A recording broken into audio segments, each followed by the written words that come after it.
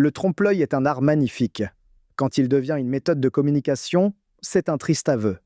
Notre lecture du bilan de la mandature à la mairie de Laon 2020-2026 sur le développement économique et le commerce.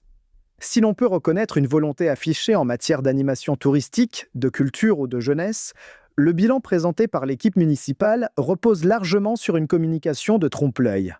De nombreuses réalisations sont revendiquées comme des réussites propres, alors que les actes concrets restent limités, souvent empruntés à d'autres ou projetés dans l'avenir. Sur le développement économique et le commerce, les annonces se multiplient. Les interprétations sont souvent bien trop optimistes, et les résultats concrets, eux, restent difficiles à percevoir sur le terrain. Regardons donc les choses en face. Ne nous laissons pas macroniser. Regardons de plus près le développement économique. Des annonces, peu de résultats. Sur le développement économique, nous constatons là encore des actions déconnectées des besoins réels. Une approche rigide, peu d'accompagnement, peu de pragmatisme et un grand manque de créativité qui ont fait échouer plusieurs dossiers. On constate également une absence d'identification des secteurs d'activité prioritaires et porteurs d'avenir. Aucune stimulation de ces secteurs, comme l'agroalimentaire, la mécanique de précision, etc. Un vrai manque de stratégie sectorielle. Résultat, on nous présente un bilan qui s'appuie sur l'avenir. La preuve par l'exemple, Paul Dugriffon, à la clé plusieurs centaines d'emplois à l'horizon 2028-2029, nous dit Monsieur le maire. Autre exemple de trompe-l'œil sur l'emploi. Une entreprise espagnole s'implante et crée 50 emplois. Dans ce même temps, nous avons perdu près de 100 emplois avec la fermeture de Sonoco. Et l'on se félicite d'un succès économique? Peut-on sérieusement parler de développement dans ces conditions? Autre exemple du trompe-l'œil sur la croissance économique. Le déménagement d'Enedis à Laon, motivé par des raisons de sécurité, est présenté comme une avancée économique. Là encore, la communication en trompe-l'œil l'emporte sur la réalité. Même logique pour la plateforme Shopping en Ville-Laon.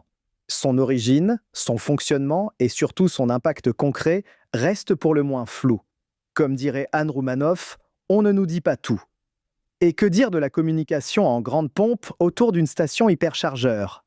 Le projet est annoncé, valorisé, mais où en est-il réellement aujourd'hui? Penchons-nous maintenant sur le commerce. Le bilan présente un discours déconnecté du terrain. Lorsque M. Delay se félicite d'un taux de vacances commerciales au plus bas, on peut légitimement se demander si nous vivons dans la même ville. Car sur le terrain, la réalité est tout autre. Baisse de fréquentation, difficultés croissantes, fermetures successives. La grande réalisation mise en avant par l'équipe actuelle reste le marché couvert. Or, il ne tient pas ses promesses en matière de fréquentation. Bâtiment peu polyvalent, souvent exposé au courant d'air, il peine à remplir son rôle économique. Annoncé à 2,5 millions d'euros, ce projet est pour nous un échec qui se chiffre finalement à presque 5 millions d'euros. Face à ces constats, la réponse est toujours la même. C'est l'époque, c'est la conjoncture. Autrement dit, le fatalisme tient lieu de politique commerciale. Pour conclure, habitants, commerçants, entrepreneurs, on pense à vous. C'est ce que l'on nous dira encore, alors surtout, pensez à les remercier. Mais au-delà des mots, ce sont les choix réels qui comptent. Et sur le commerce comme sur le développement économique, la communication en trompe-l'œil finit par masquer une réalité bien plus préoccupante. Poursuivre avec l'équipe actuelle, c'est accepter la suppression continue des places de stationnement, en ville haute comme en ville basse, une dette qui progresse sans infrastructure structurante en contrepartie.